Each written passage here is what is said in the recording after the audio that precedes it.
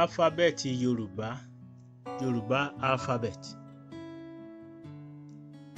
A. Àga. B. Bàbá. D. Dòdò. E. Etí. Ẹ. Ẹja. F. Fìlà. G. Gúgúrú. Gb.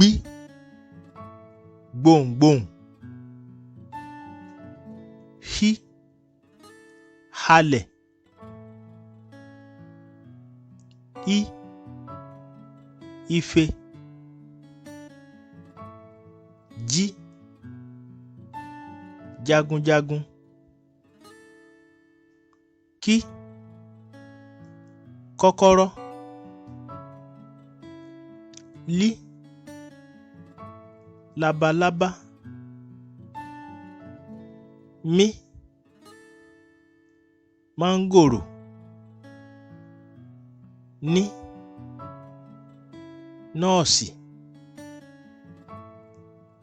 O. Ojú.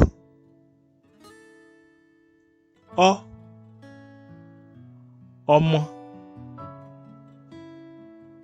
P. Pẹ́pẹ́yẹ. R. Ràkúnmí.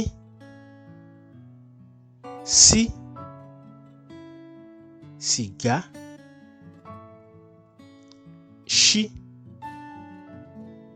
Ṣíbí. T. Tafàtafà. U. Ìlù. W. Wàrà. Y. Yànmùyánmú.